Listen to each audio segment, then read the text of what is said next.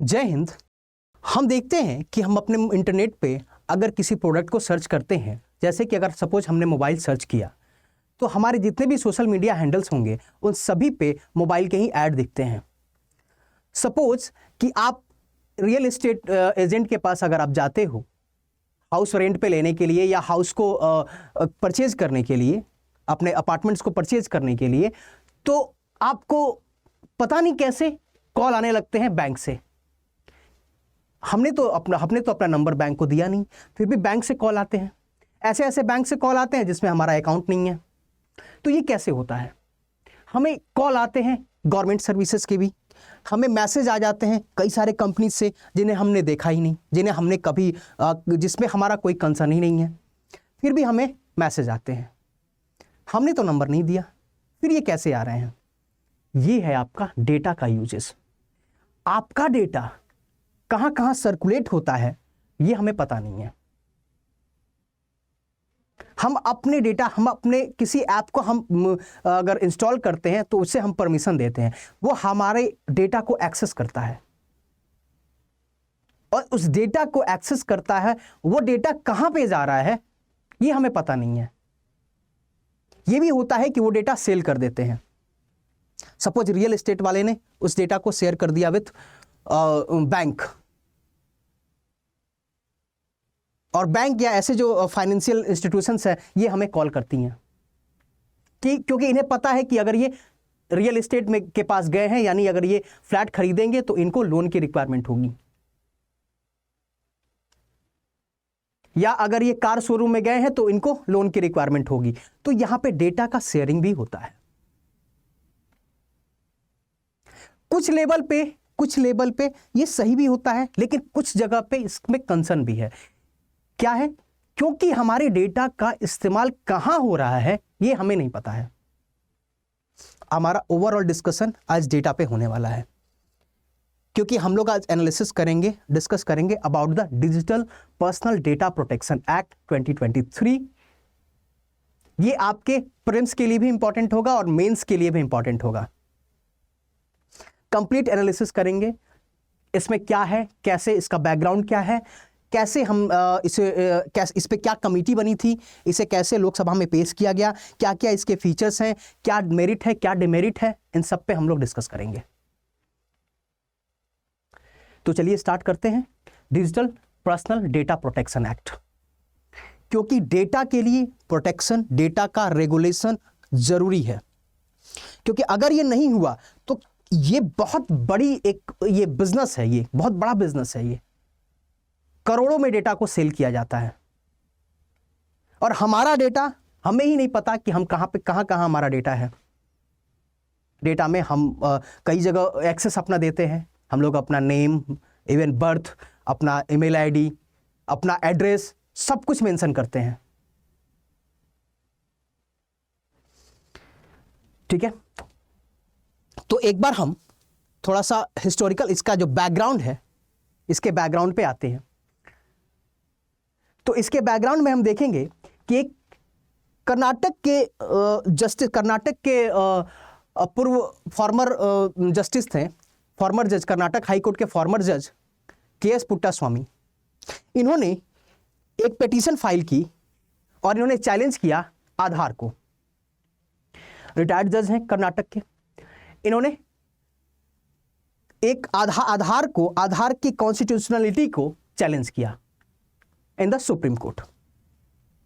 ठीक है, supreme court की 9 जज की बेंच ने, सुप्रीम कोर्ट की 9 जज पैनल ने एक अपना जजमेंट दिया इस पे, और उन्होंने कहा कि right to privacy fundamental right होगा। Right to privacy under article 21 right to privacy को फंडामेंटल राइट डिक्लेयर किया जाएगा। राइट टू प्राइवेसी क्या होगा? फंडामेंटल राइट होगा।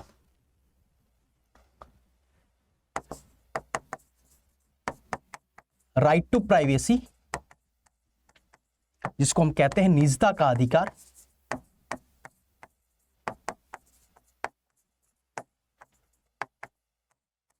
ये फंडामेंटल राइट होगा।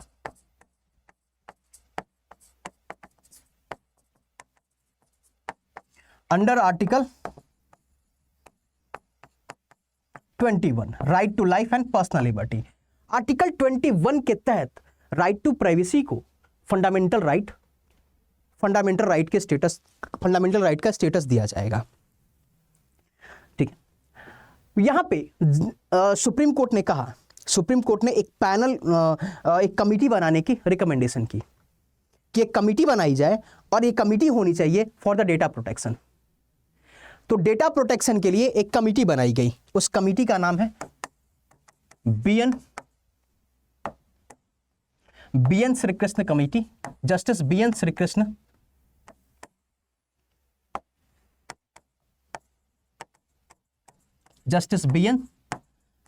कमेटी। 2017 में ये कमेटी बनाई गई थी। इस कमेटी ने अपना रिपोर्ट दिया 2018 में।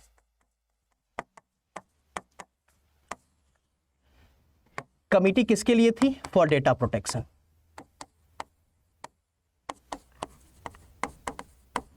डेटा प्रोटेक्शन के लिए थी। कमेटी ने अपना रिपोर्ट दिया 2018 में और 2018 में इन्होंने रिपोर्ट अपना सबमिट किया। जुलाई 2018 में इन्होंने अपना रिपोर्ट सबमिट किया और इन्होंने एक बिल ड्राफ्ट किया। उस बिल का नाम है पर्सनल डेटा प्रोटेक्शन बिल। इन्होंने एक बिल ड्राफ्ट किया।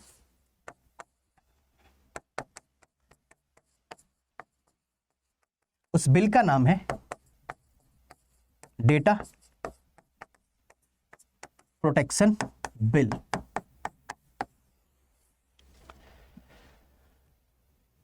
इस बिल का नाम है डेटा प्रोटेक्शन बिल। ठीक है, श्रीकृष्ण कमेटी बनी और इस कमेटी ने डेटा प्रोटेक्शन बिल। क्या इसके पहले कुछ रेगुलेशन था हमारे यहाँ? क्या इसके पहले डेटा पे कोई रेगुलेशन था? तो हमारे यहाँ आईटी रेगुलेशन था, आईटी रूल था 2021 का,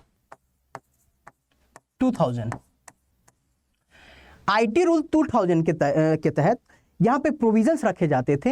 इनको इसमें एक प्रोविजन रखा गया था कि unauthorised use of the computer data and its storage, कि अनऑथराइज्ड यूज को बैन किया जाएगा, उसको रेगुलेट किया जाता है कंप्यूटर्स में डेटा को या उसके स्टोरेज को।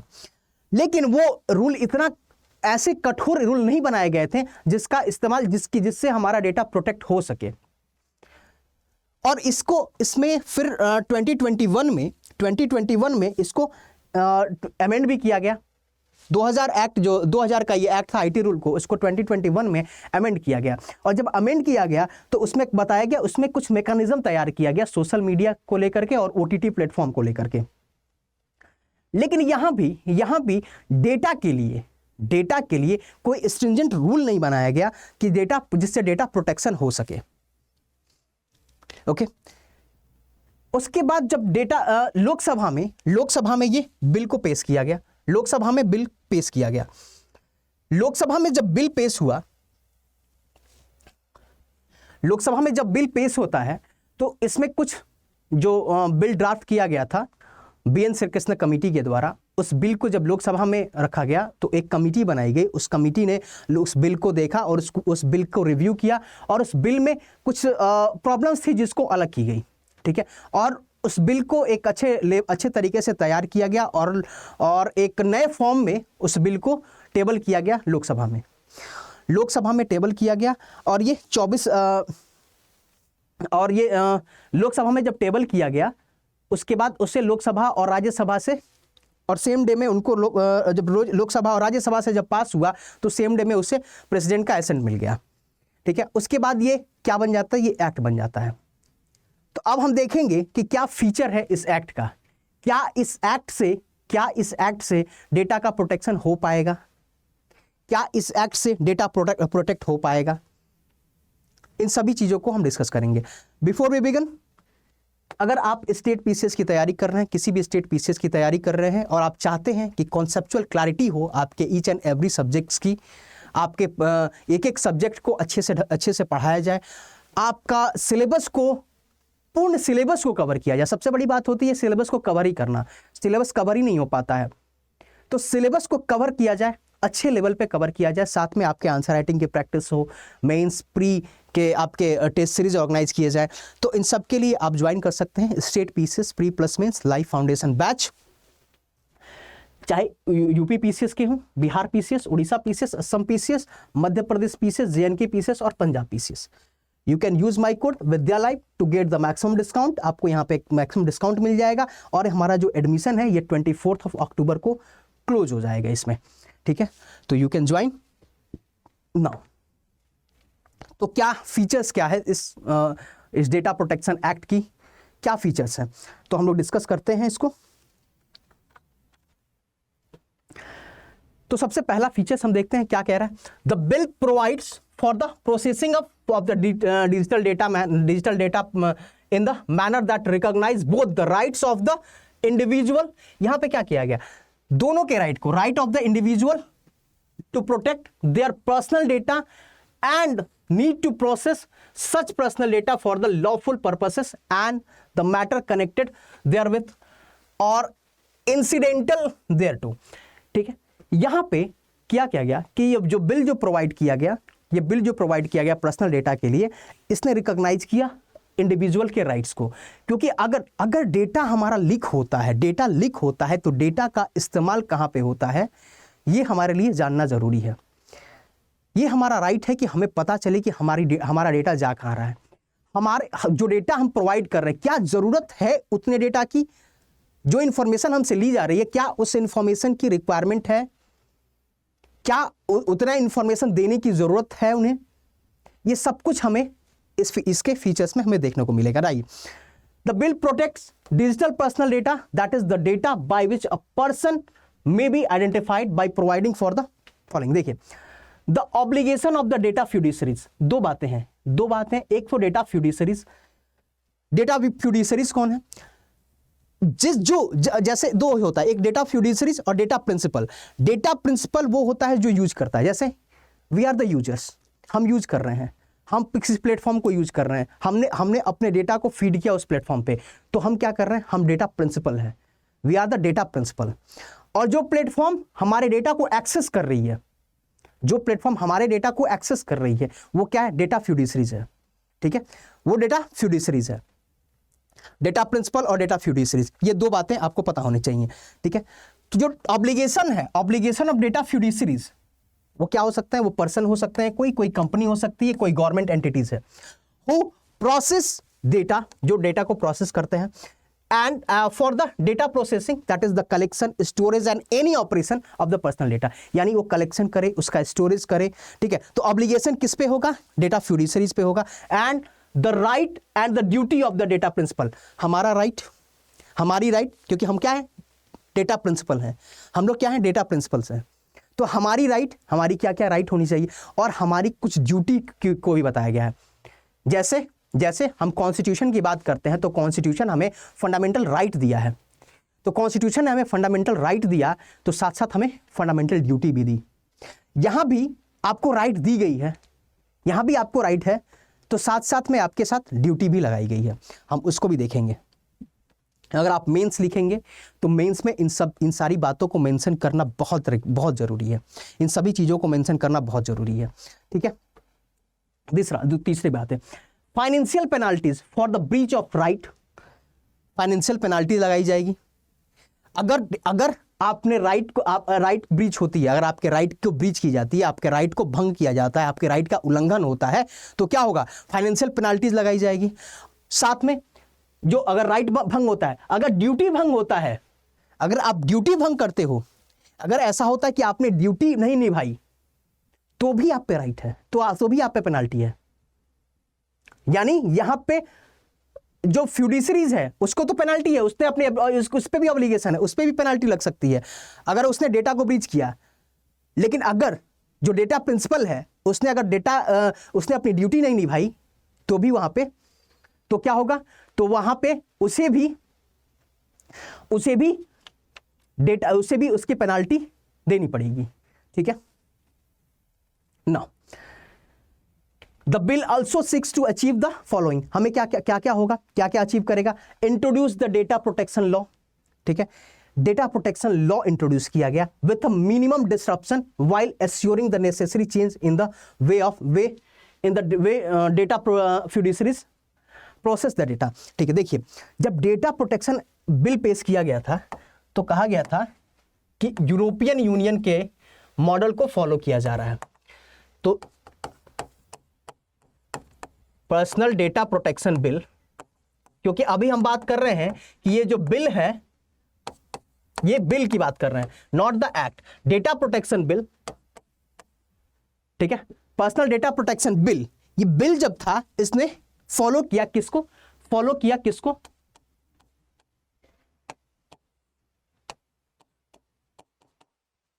फॉलो यूरोपियन यूनियन मॉडल को, यूरोपियन यूनियन मॉडल को। और यूरोपियन यूनियन मॉडल जो था, यूरोपियन यूनियन जो मॉडल है उसमें एक बात की जाती है, यूरोपियन यूनियन का जो मॉडल है वो बात करता है जीडीपीआर की, जीडीपीआर की, जीडीपीआर की। और ये अभी तक का वर्ल्ड का सबसे स्ट्रिक्ट लॉ है ऑन द डेटा, वर्ल्ड का सबसे स्ट्रिक्ट लॉ है ऑन द डेटा। ठीक है, फॉलो किया गया वर्ल्ड का सबसे स्ट्रिक्ट लॉ, ठीक है, डेटा पे सबसे स्ट्रिक्ट लॉ है। तो इसका जीडीपीआर, जीडीपीआर क्या कहता है? General data protection regulation. इसका जो general data protection, general data protection regulation, तो ये एक रेगुलेशन है डेटा प्रोटेक्शन के लिए, जनरल डेटा प्रोटेक्शन रेगुलेशन। अब ये general data protection regulation European Union का यहां पे फॉलो किया गया। ये सबसे स्ट्रिक्ट था, ये वेरी स्ट्रिक्ट है, स्ट्रिक्ट लॉ है on data protection. Data protection के लिए, डेटा संरक्षण के लिए सबसे स्ट्रिक्ट लॉ है जिसे फॉलो किया गया, लेकिन कंप्लीटली फॉलो नहीं किया गया।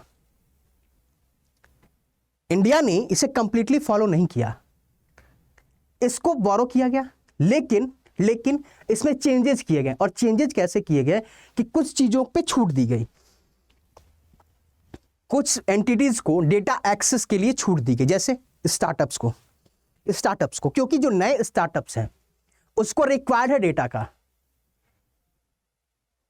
नए स्टार्टअप्स को रिक्वायर्ड है डेटा का। सपोज कोई पर्सन है जिसने अपनी चार्जर की, मोबाइल चार्जर की मैन्युफैक्चरिंग यूनिट डाली, ठीक है, नया उसने अपनी कंपनी खोली, तो उसे डेटा चाहिए होगा उस पर्सन का जिस पर्सन को इस चार्जर की रिक्वायरमेंट है, यानी जो मोबाइल यूज करता है।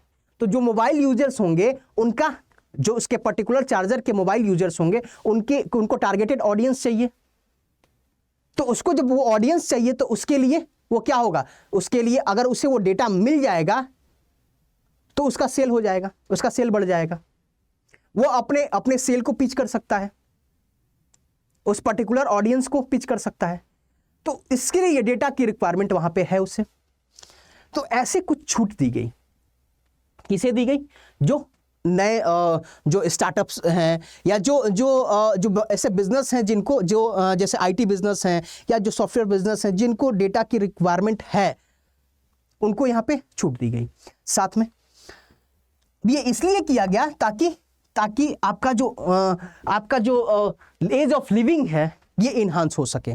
सपोज ये थोड़ा सा कहीं पे ये सही भी है, या हम पे इसके प्रोज में हम लिख सकते हैं इस बातों को कि कहीं पे अगर हम ये बात करें तो ये सही भी है, क्योंकि सपोज कि मुझे रिक्वायरमेंट है लोन की, ठीक है, तो मुझे अगर मेरा डेटा बैंकिंग इंस्टीट्यूट्स के पास जाता है तो मुझे कॉल करते हैं और मुझे रिक्वायरमेंट है, मुझे रियल में रिक्वायरमेंट है, तो मे बी मुझे कोई अच्छा मिल जाए, मुझे अच्छा डील मिल जाए, ठीक है, मुझे पर्टिकुलर फोन की रिक्वायरमेंट है, अगर मैं सर्च कर रहा हूं और मुझे सामने से कॉल आ जाए किसी कंपनी का, तो ये हमारे लिए बेनिफिशियल है। मुझे जॉब की तलाश है, मैंने जो जितने भी कंसल्टेंसीज है उसमें अपने डेटा को फीड किया, वो डेटा हर जगह जाता है, हर कंपनीज में जाता है, वहां से कहीं से मेरे लिए कॉल आ गया तो मेरे लिए तो वो अच्छा हुआ। तो कहीं ना कहीं पे ये अच्छा भी था कि इस जो बिल में ये जो मैंने कहा कि जो मॉडल लिया गया है वो काफ़ी स्ट्रिक्ट था। वहाँ पे ऐसा नहीं, वहाँ पे था कि आप डेटा को कहीं भी दे ही नहीं सकते हैं। कोई भी कंपनी जो डेटा लेती है वो कहीं शेयर नहीं कर सकती है। लेकिन यहां पे हमारे यहां इस चीज को रिकॉग्नाइज किया गया, हमारे यहां इसको रिकॉग्नाइज किया गया, ठीक है। और रिकॉग्नाइज किया गया और इससे अब कहीं ना कहीं थोड़ा सा ये इसे एज ऑफ लिविंग हमारा एनहांस होगा, इसे ease of doing business enhance होगा। क्लियर? तो हम क्या कर सकते हैं, हम इसके प्रोज में इसे लिख सकते हैं, enable the India's digital economy, India के डिजिटल इकोनॉमी को एंड इट्स इनोवेशन इकोसिस्टम। हमारे इंडिया की डिजिटल जो इकोनॉमी, हम बात करते हैं क्या डिजिटल इकोनॉमी की, it's all about the data. तो हमारी डिजिटल जो इकोनॉमी है वो एनहांस होगी, हम ऑनलाइन ट्रांजैक्शन करेंगे, हमारी जो बिजनेसेस हैं वो एनहांस होंगे। तो ये कहीं ना कहीं हमारे प्रोज होंगे, ये हमारे लिए बेनिफिशियल होंगे, ठीक है। ये हिंदी में भी है, आप इसको जरूर रीड कर लेंगे ना। बिल के 7 प्रिंसिपल हैं, इस बिल पे 7 प्रिंसिपल को अपनाया गया है, ठीक है। उन 7 प्रिंसिपल को हम लोग यहां पे डिस्कस करेंगे। क्या क्या 7 प्रिंसिपल हैं? The principle of consented, principle of consented यानी आपके पास क्या होना चाहिए, कंसेंट होना चाहिए। आप अगर कोई फिड्यूसरीज है, यानी कोई प्लेटफॉर्म है जिस पे मैं अपने डेटा, जो हमारे डेटा को एक्सेस कर रही है, तो उसका हमसे कंसेंट होना चाहिए, वो हमसे कंसेंट ले, हमसे परमिशन होना चाहिए कि वो हमारे डेटा का यूज करेगी, ठीक है। तो इस बिल में कहा गया कि सबसे पहले क्या होना चाहिए, कंसेंट होना चाहिए, कंसेंट होना चाहिए कि आप जो बिल जो दिया जा रहा है, जो डेटा दिया जा रहा है, वो विदाउट परमिशन डेटा का यूज नहीं होना चाहिए, विदाउट परमिशन डेटा का यूज नहीं होना चाहिए। अगर वो माइनर है जो डेटा फीड कर रहा है, जो डेटा दे रहा है, जो एक्सेस कर रहा है, वो अगर माइनर है, यानी जो प्रिंसिपल है, डेटा प्रिंसिपल है, वो अगर माइनर है, तो आपको उसके पेरेंट्स से कंसेंट लेना होगा, आपको उनके पेरेंट्स से कंसेंट लेना होगा, ठीक है। तो क्या कहा गया, principle of consented lawful and transparent use of personal data. जो डेटा दिया जा रहा है उस डेटा का लॉफुल यूज होना चाहिए, उस डेटा का लॉफुल यूज होना चाहिए और ट्रांसपेरेंट यूज होना चाहिए। यानी जो डेटा हमने दिया, आपने कहां यूज किया वो हमें बताओगे। सपोज मैंने कोई डेटा आप पे फीड किया, आपके प्लेटफॉर्म पे कोई प्लेटफॉर्म है, कोई फिड्यूसरीज है, उस पे मैंने फीड किया अपना डेटा, उस डेटा का कहां पे यूज हो रहा है, उस डेटा का लेजिटिमेट यूज हो रहा है या नहीं, लॉफुल यूज हो रहा है नहीं, ये हमें पता होना चाहिए। कोई अनलॉफुल एक्टिविटी तो नहीं हो रही है हमारे डेटा के साथ, हमारे डेटा का यूज कहीं किसी इलीगल तरीके से तो नहीं किया जा रहा है, ये हमें पता होना चाहिए। तो यहां पे कहा गया कि द प्रिंसिपल ऑफ कंसेंटेड, और यानी आपका कंसेंट होना चाहिए, आप डेटा दे रहे हैं, आपका कंसेंट होना चाहिए, ठीक है। अगर माइनर है तो कंसेंट पेरेंट्स का होना चाहिए, ठीक है। Lawful and the transparent use of personal data, ठीक है। यानी क्या कह रहा है, क्या होना चाहिए, व्यक्तिगत डेटा के सहमति, वैध और पारदर्शी की उपयोग का सिद्धांत, यानी जो डेटा देगा, जो डेटा होगा वो लॉफुल होना चाहिए, ठीक है। Next, the principle of purpose limitation, यानी use of personal data only for the purpose specific at the time of obtaining the consent of the data principal. जिस पर्पस के लिए मैं डेटा आपको दे रहा हूं, मेरा बस उतना ही पर्पस होना चाहिए, उसका यूज बस उसी पर्पस के लिए होना चाहिए। सपोज कि मैं कोई सोशल मीडिया प्लेटफॉर्म यूज कर रहा हूं, तो मेरा डेटा सिर्फ उस पर्टिकुलर सोशल मीडिया प्लेटफॉर्म के लिए ही होना चाहिए, किसी और पे वो शो नहीं करना चाहिए। ऐसा नहीं कि उसको आपने अपने बिजनेस के पर्पस से उसे किसी और को सेल कर दिया। यानी जिस डेटा को मैं दे रहा हूं, इतना ऐसे प्रोविजंस नहीं आए थे अभी तक, जो हमारे पास जो लॉ थे उसमें ये सब सारे प्रोविजंस नहीं थे, और ये सारे प्रोविजन कहीं ना कहीं हमारे डेटा को प्रोटेक्ट करेंगे।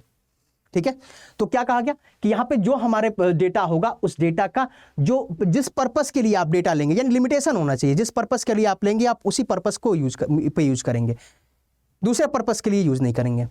ठीक है, the principle of data minimisation, कई बार डेटा ऐसे डेटा मांगा जाता है जैसे डेट ऑफ बर्थ। क्या करोगे डेट ऑफ बर्थ जान करके? कहीं कहीं पे आपका प्लेस ऑफ लिविंग प्लेस मांगा जाता है, जहां पे आप रहते हैं, एड्रेस मांगा जाता है। कहीं कहीं पे आपका नाम, फादर का नाम, मदर का नाम, बहुत कुछ मांग लिया जाता है।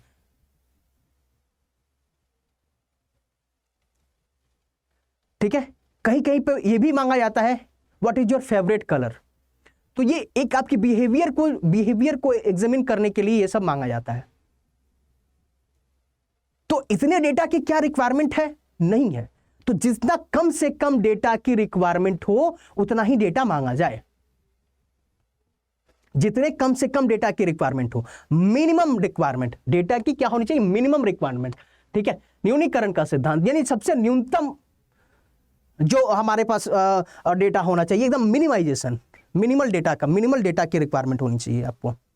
ठीक है, now the principle of data accuracy, the principle of data accuracy, assuring the data is correct and updated. तो डेटा क्या होना चाहिए?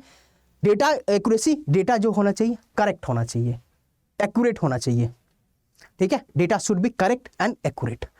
ठीक है, the principle of storage limitation, यानी स्टोरेज, हम स्टोरेज की बात अगर हम करते हैं कि हम स्टोरेज की बात कर रहे हैं कि हम डेटा जिस पर्पस के लिए दी गई है उसी स्पेसिफिक प्लेटफॉर्म पे वो स्टोर होना चाहिए, और जिसके लिए जैसे कि डेटा का काम हो गया, मैंने जिस पर्पस के लिए दिया था वो पर्पस मेरा फुलफिल हो गया, अब उस डेटा को इरेज कर दिया जाए, उस डेटा को इरेज कर दिया जाना चाहिए। ठीक है, उस डेटा को इरेज कर दिया जाना चाहिए। क्यों? क्योंकि हम लोग, डेटा तो हमेशा रहेगा, डेटा तो हमेशा रहेगा, हम लोग रहे या ना रहे, डेटा तो हमेशा रहेगा, लेकिन हमारे पर्पस खत्म होने के बाद डेटा को भी खत्म हो जाना चाहिए। ठीक है, मतलब क्या है? Right to be forgotten, right to forgotten. ठीक है, डेटा का मिनिमाइजेशन यूज होना चाहिए, डेटा का उतने देर के लिए यूज होना चाहिए जितना हमारी पर्पस, जब हमारा पर्पस फुलफिल, डेटा खत्म।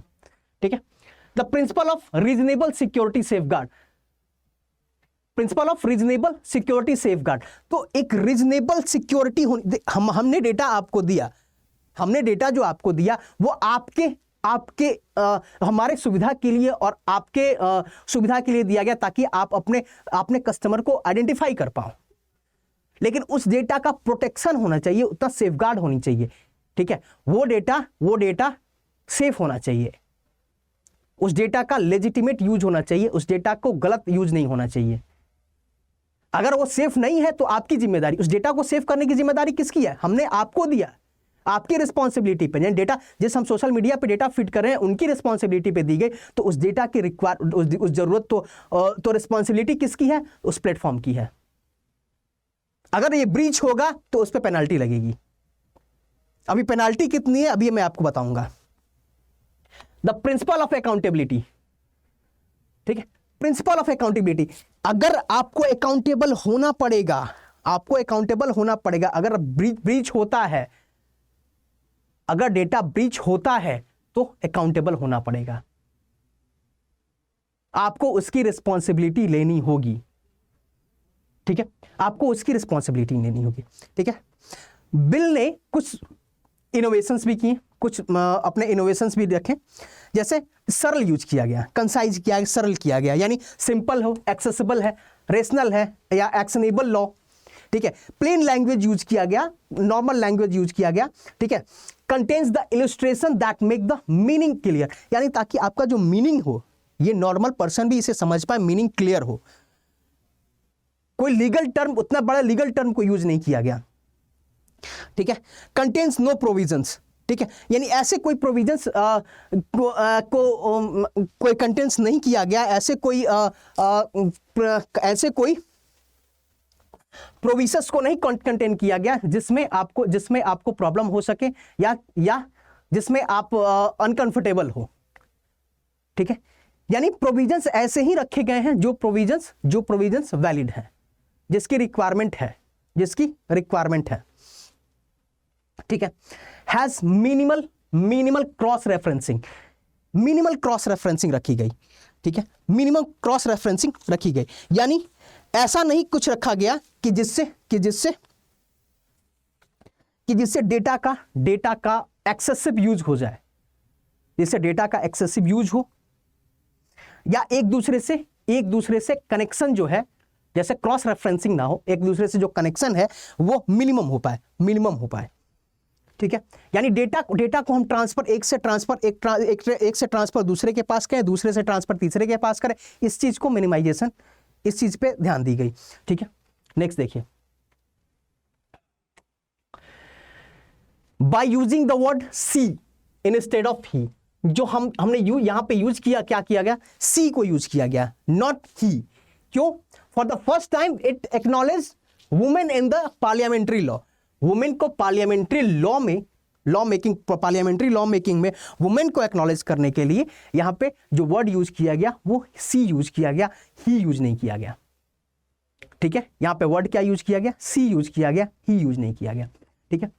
The bill provided for the following right to the individual, कुछ राइट दिया इंडिविजुअल्स को, इंडिविजुअल्स के कुछ राइट्स दिए, देखिए क्या क्या राइट्स है।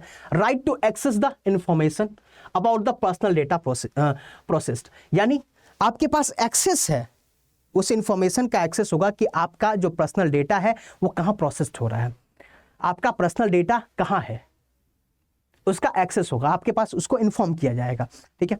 Right to correction and the erasure of data, correction हमारे पास होना चाहिए, यानी राइट टू करेक्शन होना चाहिए, यानी हम अपने डेटा को करेक्ट कर पाए, जो डेटा हमारा है अगर हमने गलत कर दिया, गलत डेटा फील कर दिया, उस डेटा को करेक्ट कर पाए, या हम डेटा को इरेज कर दें, डेटा हम हटा दें उस पर्टिकुलर प्लेटफॉर्म से, ये हमारे पास राइट होना चाहिए, ये हमारे पास राइट दिया गया है।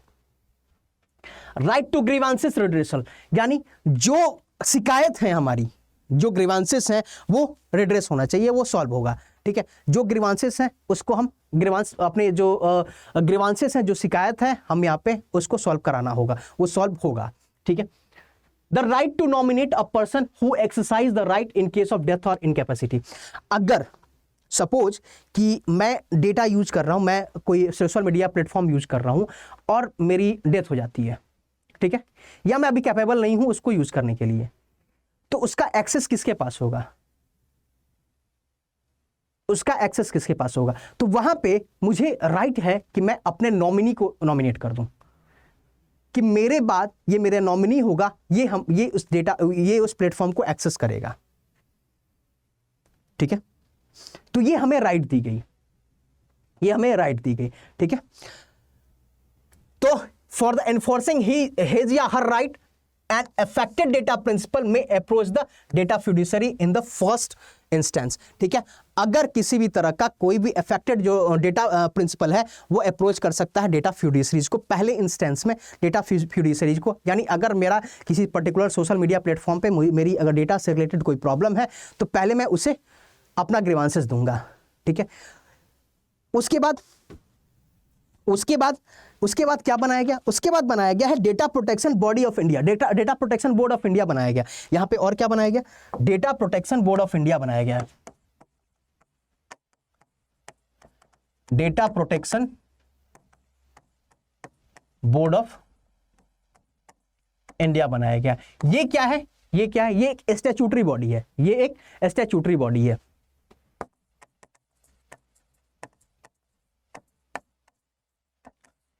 ये एक स्टैट्यूटरी बॉडी है। ये क्या करेगी, जितने भी फीचर्स हैं एक्ट के उसको इंप्लीमेंट कराएगी, जितने भी फीचर्स हैं एक्ट के उसको इंप्लीमेंट कराएगी, ठीक है, जितने भी एक्ट के फीचर्स हैं उनको इंप्लीमेंट कराएगी, ठीक है, उनको इंप्लीमेंट कराएगी। एक जुडिशियल बॉडी भी है, जो टेलीकॉम रिलेटेड जो भी डिस्प्यूट्स होता है उसको देखती है, जैसे उसका नाम क्या है, उसका नाम है telecom dispute settlement and the appellate tribunal, telecom dispute settlement and appellate tribunal, telecom dispute settlement and appellate tribunal, TDSAT, ठीक है। ये क्या है, ये क्वासी जुडिशियल बॉडी है, ये एक क्वासी जुडिशियल बॉडी है, क्वासी जुडिशियल बॉडी है, ये एक क्वासी जुडिशियल बॉडी है, अर्ध न्यायिक बॉडी है, ये एक अर्ध न्यायिक बॉडी है, क्वासी जुडिशियल बॉडी है। ठीक है, अब देखिए, अब यहां पे कुछ ऑब्लिगेशंस दिए गए हैं डेटा फ्यूडिशरीज के लिए। डेटा फ्यूडिशरीज पे क्या ऑब्लिगेशंस दिए गए हैं? To have the security, to have the security safeguard to prevent the personal data breach. ठीक है, यानी उनको अपना सेफगार्ड रखना होगा, सिक्योरिटी रखना होगा। अगर पर्सनल डेटा ब्रीच होता है तो उसके लिए उनको मेंटेन करना होगा, अपनी सिक्योरिटी को मेंटेन करना होगा। Now the intimate personal data breach to affected data principal and the data protection board. यहां पे कहा गया कि अगर डेटा ब्रीच होता है तो सबसे पहले आप बताएंगे किसे? जो डेटा प्रिंसिपल है उसको बताएंगे, साथ में किसे बताएंगे? फिर आप बताएंगे जो डेटा प्रोटेक्शन बोर्ड है, डेटा प्रोटेक्शन बोर्ड और डेटा प्रोटेक्शन बोर्ड और डेटा प्रिंसिपल, इन दो लोग को बताएंगे। डेटा प्रोटेक्शन बोर्ड और डेटा प्रिंसिपल, ये दो लोग को बताएंगे।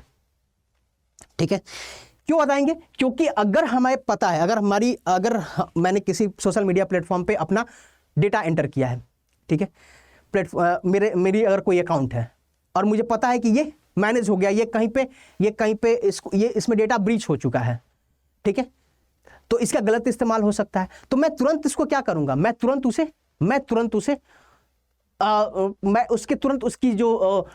उसकी जो पासवर्ड्स होंगे उसको मैं चेंज कर दूंगा।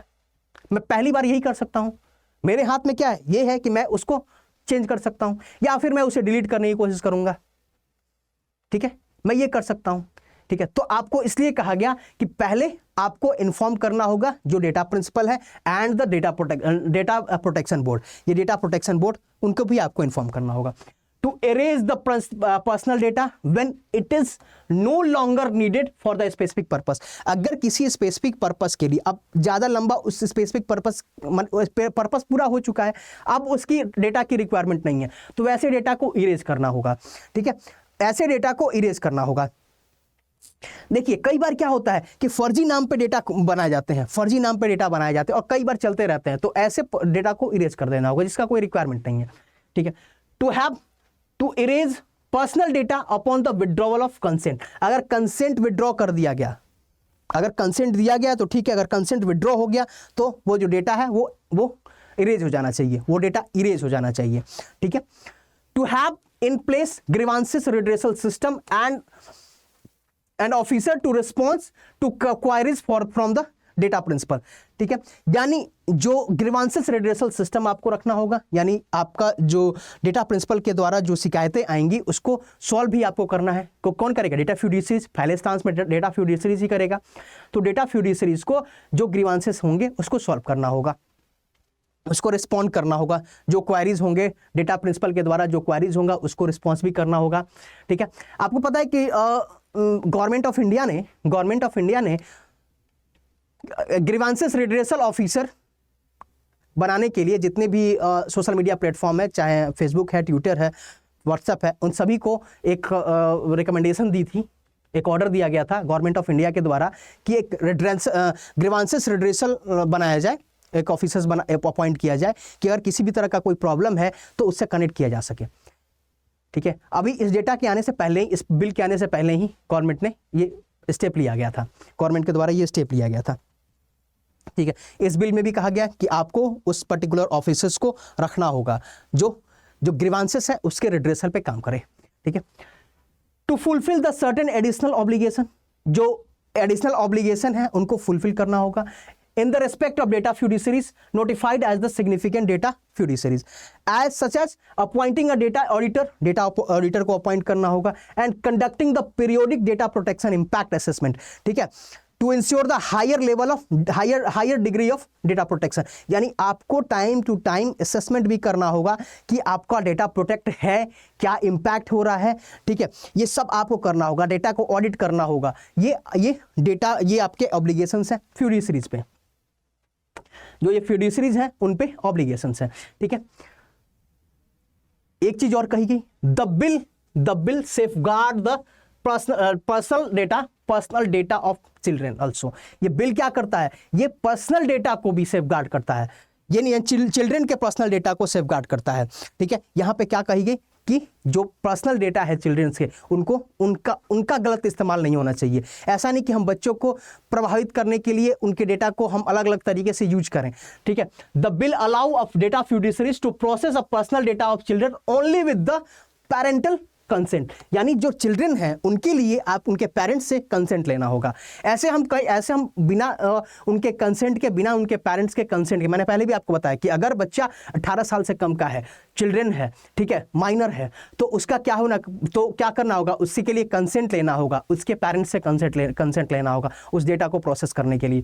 ठीक है, the bill does not permit processing which is detrimental to well being of a children or involving their tracking, behavioral monitoring और टारगेटेड एडवर्टाइजिंग। यानी इनका जो चिल्ड्रन का डेटा होना चाहिए, जो चिल्ड्रन का डेटा होगा उसका ऐसे इस्तेमाल आपको नहीं करना है कि आप चिल्ड्रन को ट्रैक कर रहे हैं, आप चिल्ड्रन के बिहेवियर को मॉनिटर कर रहे हैं, ठीक है, और टारगेटेड और एडवर्टाइज कर रहे हैं। ठीक है, टारगेटेड एडवर्टाइज कर रहे हैं, तो ऐसा आपको नहीं करना होगा चिल्ड्रन के डेटा के साथ। अगर आप ऐसा करते हैं तो बहुत हेवी पेनाल्टी है, बहुत हेवी पेनाल्टी है। ठीक है, तो अब हम एक बार जरा देखते हैं क्या क्या पेनाल्टी है इन पे, और क्या क्या जो हमारा डेटा प्रिंसिपल हैं उनके लिए क्या क्या ऑब्लिगेशंस हैं। ठीक है, ठीक है, ऑब्लिगेशन क्या क्या है, यानी हम कहें कि ड्यूटीज क्या क्या है। राइट तो आपको बताया गया, ड्यूटीज ऑफ यूजर्स, जो यूजर्स हैं उनकी क्या क्या ड्यूटीज हैं उनको हम देखते हैं एक बार। तो यूजर्स को कहा गया कि आपको अवॉइड करना होगा, users should be avoid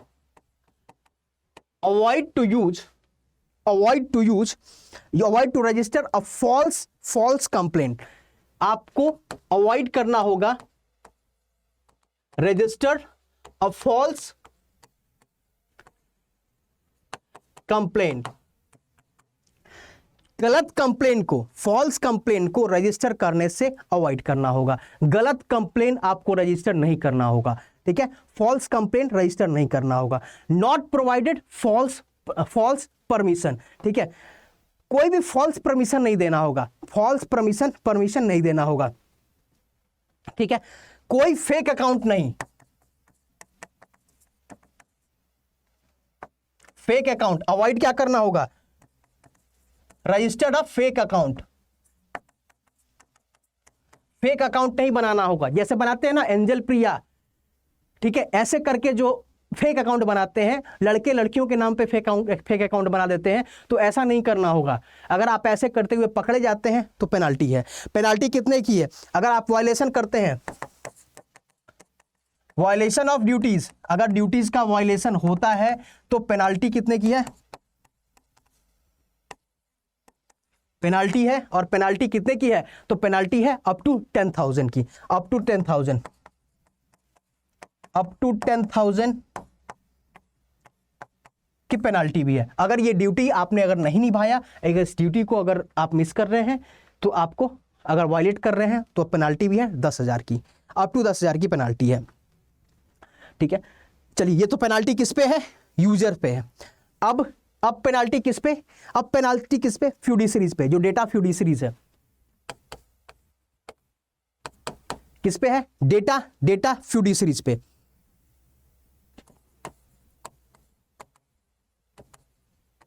data fiduciaries पे क्या क्या पेनाल्टी है, डेटा फ्यूडिशरीज पे क्या क्या पेनाल्टी है। तो डेटा फ्यूडिशरीज पे क्या कहा गया कि जो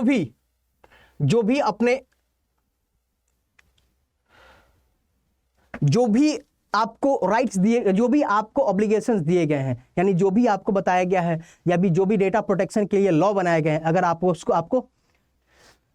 उसको ब्रीच करते हो, ठीक है, अगर आप उसको ब्रीच करते हो तो आपको क्या होगा, अगर उसको ब्रीच करोगे तो आप पे पेनाल्टी लगाया जाएगा। और वो कितना पेनाल्टी होगा वो देख लीजिए।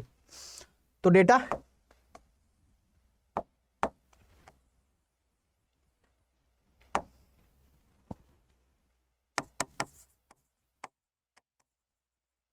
फ्यूडिशरीज पे पेनाल्टी कितनी है, का पेनाल्टी लगाया जाएगा। अगर वो ब्रीच करेंगे, अगर ब्रीच की जाती है किसी भी तरह का कोई भी जो लॉ है उसको ब्रीच किया जाता है तो पेनाल्टी होगा 200 करोड़ का। पहले क्या होगा, पहली बात 200 करोड़ का पेनाल्टी, 200 करोड़ का penalty for non fulfilment of obligation for the children. 200 crore का पेनाल्टी फॉर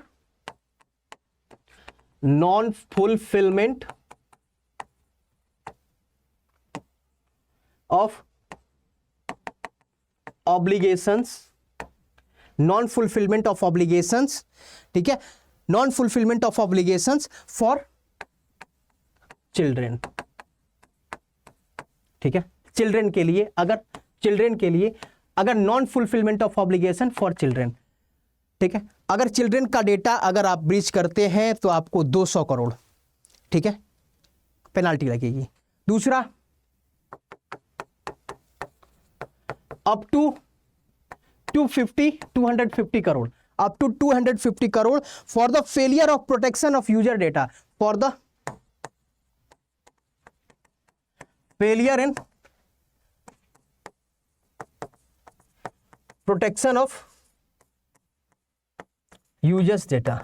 यूजर्स के डेटा का प्रोटेक्शन करने में अगर आप फेल होते हैं तो यहां पे अप टू 250 करोड़, 250 करोड़ का जुर्माना लगाया जा सकता है, ठीक है, अप टू 250 करोड़ का जुर्माना यहां पे आप पे लगाया जा सकता है, ठीक है। क्या क्या ऑब्लिगेशन, क्या क्या आप कुछ एग्जाम्पशंस हैं, क्या क्या एग्जाम्पशंस दिए गए हैं बिल में वो देखेंगे। To notified agencies in the interest of security, अगर कोई सिक्योरिटी के बेसिस पे, सोवरेनिटी के बेसिस पे यानी संप्रभुता के बेसिस पे, पब्लिक ऑर्डर पे एटसेट्रा, अगर इन सारे बेसिस पे अगर डेटा ब्रीच किया जाता है, अगर आपको डेटा का इस्तेमाल होता है तो यहां पे यानी इन सारी चीजों को इस बिल से अलग रखा गया है। अगर हम बात करते हैं सिक्योरिटी एजेंसीज हैं, हमारी जो स्पाई एजेंसीज हैं, ठीक है, जो हमारी इंटेलिजेंस एजेंसीज है, आईबी हो गया, एनआईए हो गया या फिर रॉ है, तो अगर ये हमारे डेटा को इस्तेमाल करती हैं तो इनको इस लॉ से अलग रखा गया है। आप अगर आंसर राइटिंग करेंगे, अभी हाल ही में अब 69 बीपीएससी का एग्जाम होने वाला है, 69 बीपीएससी वाले जरूर इसको पढ़ लेना।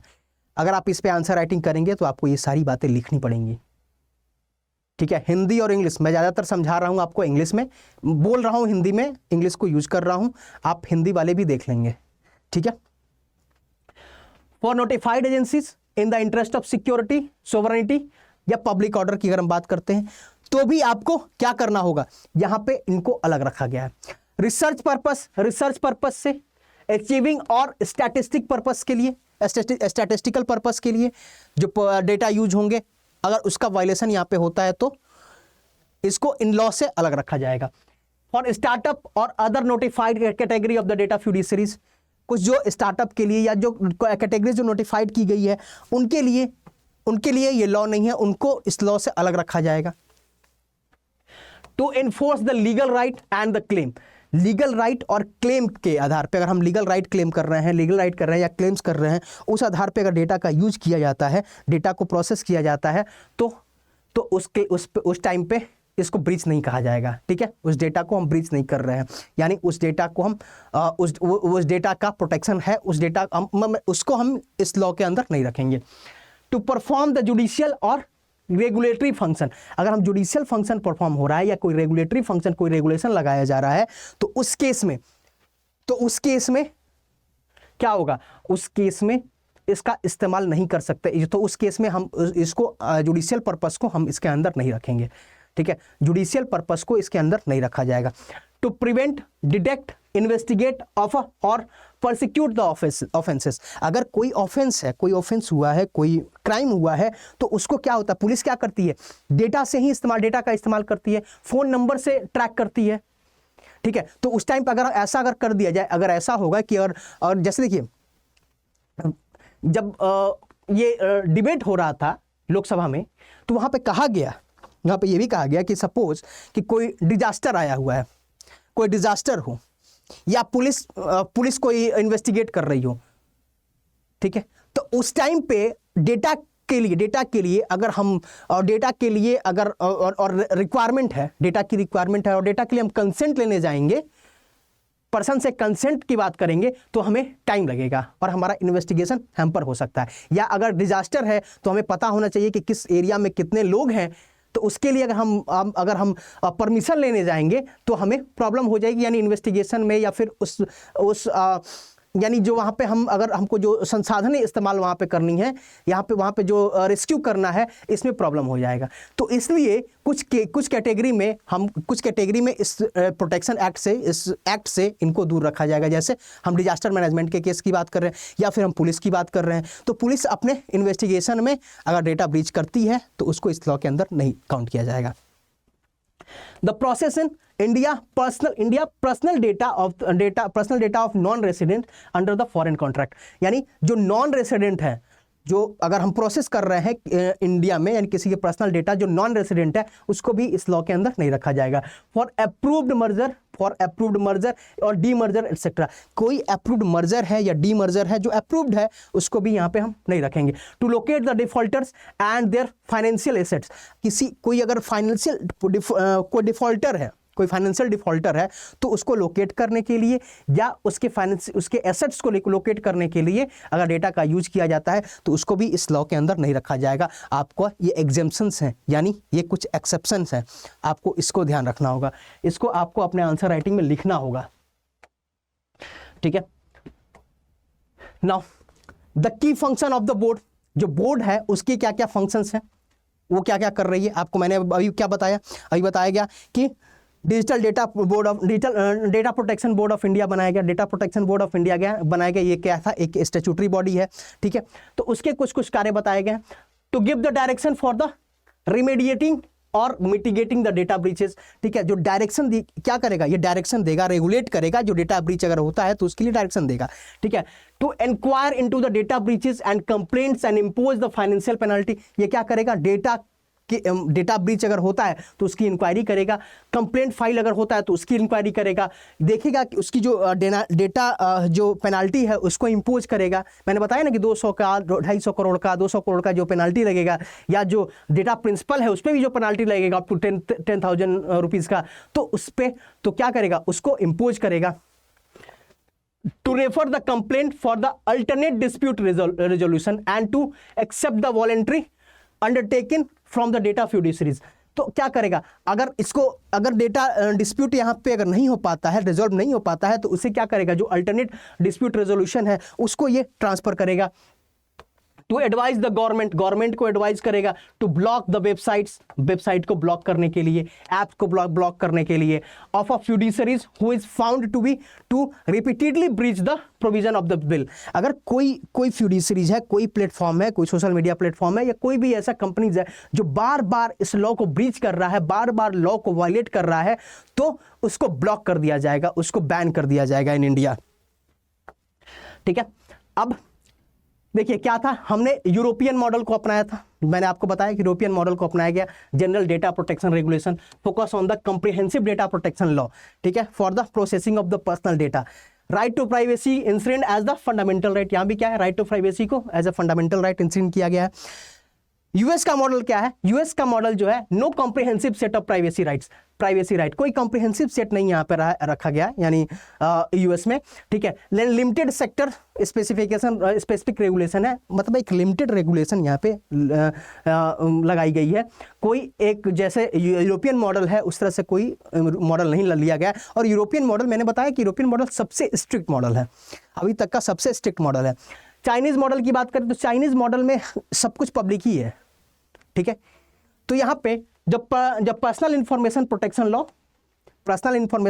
Law gives the data principal the right to prevent the misuse of personal data, तो ये तो सब कुछ गवर्नमेंट के ही हाथ में है, तो यहाँ पे कुछ इनके कोई डेटा प्रोटेक्शन वाली कोई बात ही यहाँ पे नहीं होती है चाइनीज मॉडल में,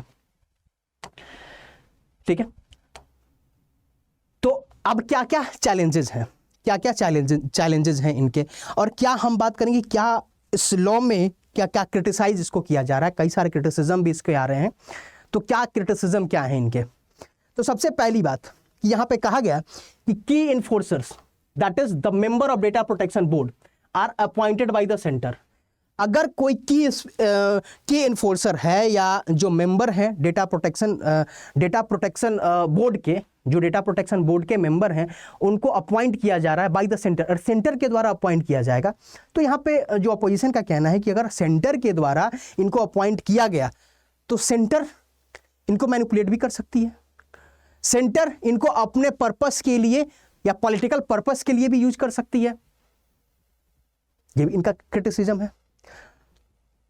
provisions allow the central government to bypass the norms seeking citizen consent, यानी सिटीजन के कंसेंट लेने के लिए सेंट्रल गवर्नमेंट के पास कुछ प्रोविजंस है जिसको बाईपास कर सकती है। जैसे हमने कहा डिजास्टर मैनेजमेंट का केस हो या फिर आपका कोई नेशनल सिक्योरिटी की बात हो, तो अगर गवर्नमेंट किसी को किसी मुद्दे से अटैच कर देती है, सपोज गवर्नमेंट ने किसी भी मुद्दे पे किसी भी जो कहा गया जिसको एग्जाम्पशंस रखा गया है उसको किसी भी पॉइंट को लेकर के अगर गवर्नमेंट चाहती है, सेंट्रल गवर्नमेंट चाहे तो उसको एब्रिज कर सकती है, ठीक है, बिना कंसेंट लिए यूज कर सकती है। तो यही बात कही गई ऑपोजिशन के द्वारा कि इसमें बिना कंसेंट लिए भी यूज किया जा सकता है। ये क्या है, लूप होल है इसका। यहां पे जो आपने एग्जाम्पशंस दिया गया है, आपने एग्जाम्पशंस जो दिया, अब ये यूरोपियन मॉडल में नहीं है, यूरोपियन मॉडल में गवर्नमेंट नहीं यूज कर सकती है उसको, ठीक है। अगर आपने एग्जाम्पशंस दी है तो यहां पे इसका गलत इस्तेमाल हो सकता है। आप कितना भी प्रोटेक्शन मॉडल तैयार कर लें, इसका गलत इस्तेमाल हो सकता है, ठीक है। Exemptions to any instrumentality of the state in case of adverse consequences like the national security, ठीक है, maintenance of the public order etc.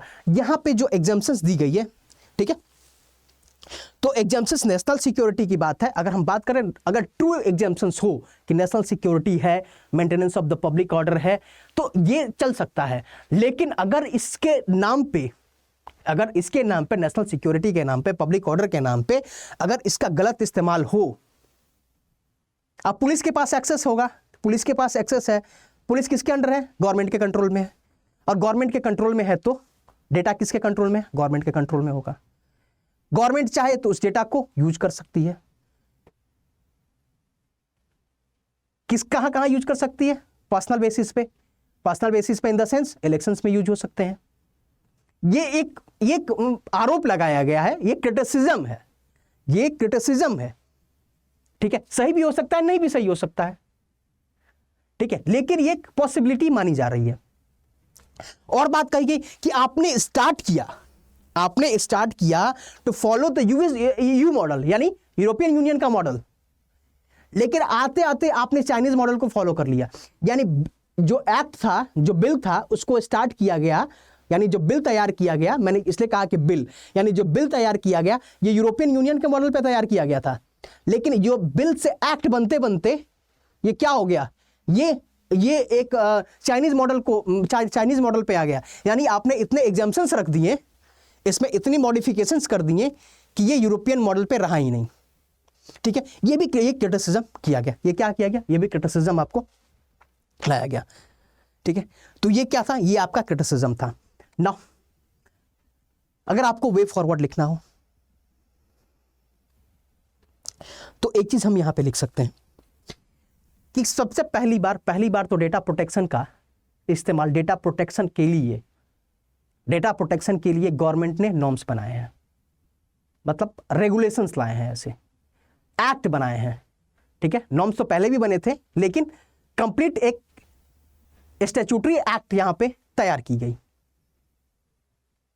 तो और पहली तो इससे कुछ ना कुछ तो हमें बेनिफिट मिलेगा, डेटा प्रोटेक्शन में कुछ ना कुछ हेल्प मिलेगा गवर्नमेंट के इस एक्ट के द्वारा, ठीक है।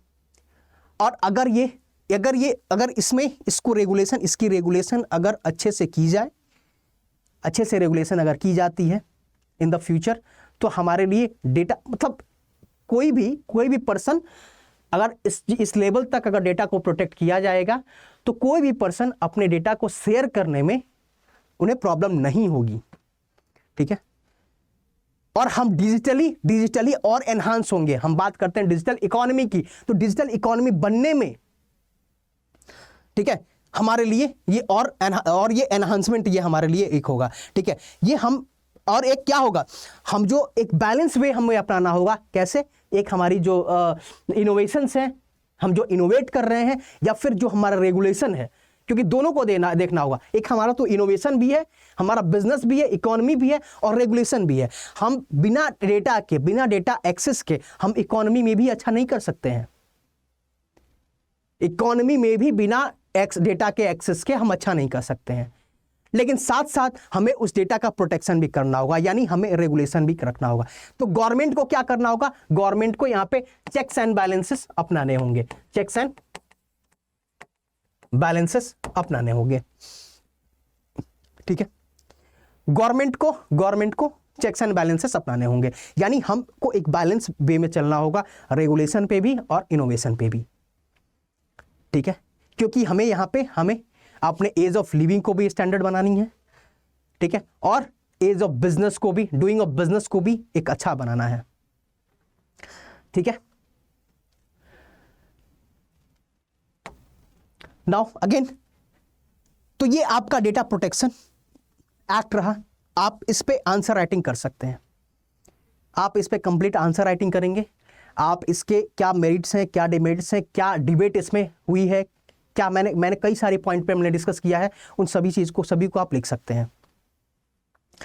ठीक है, नाउ अगर आप किसी भी स्टेट पीसीएस की तैयारी कर रहे हैं तो आप हमें ज्वाइन कर सकते हैं for the conceptual clarity on each and every topic. आप एक कॉन्सेप्चुअल वे में, आप एक अच्छे वे में, एक अच्छे लेवल पे पढ़ने के लिए आप हमें ज्वाइन कर सकते हैं। ठीक है, you can use my code Vidya live to get the maximum discount. साथ ही आप हमारा टेलीग्राम चैनल यूज कर सकते हैं। अगर आपको इस लेक्चर्स के पीडीएफ चाहिए तो आप इस टेलीग्राम चैनल से इस लेक्चर के पीडीएफ को ले सकते हैं, और आंसर राइटिंग करके एक बार मैच कर सकते हैं, देख सकते हैं कि एक्ट में क्या लिखा गया है, क्या प्रोविजंस है, कितना आपको समझ आ रहा है। ठीक है, तो आप हमें, अगर आपको कोई प्रॉब्लम हो तो कमेंट सेक्शन में हमसे पूछ सकते हैं, कमेंट सेक्शन में आपको उसकी जवाब भी दे दी जाएगी। ठीक है, ये हमारा ऑफिशियल चैनल है विद्या लाइव ऑफिशियल, आप इसको यूज कर सकते हैं। यहाँ पे आपको पीडीएफ मिल जाएंगे, आपको जो मेरे सेशंस होते हैं यूट्यूब पे उसके नोटिफिकेशन भी आपको यहाँ पे मिल जाएंगे। ठीक है, so thank you so much to all of you.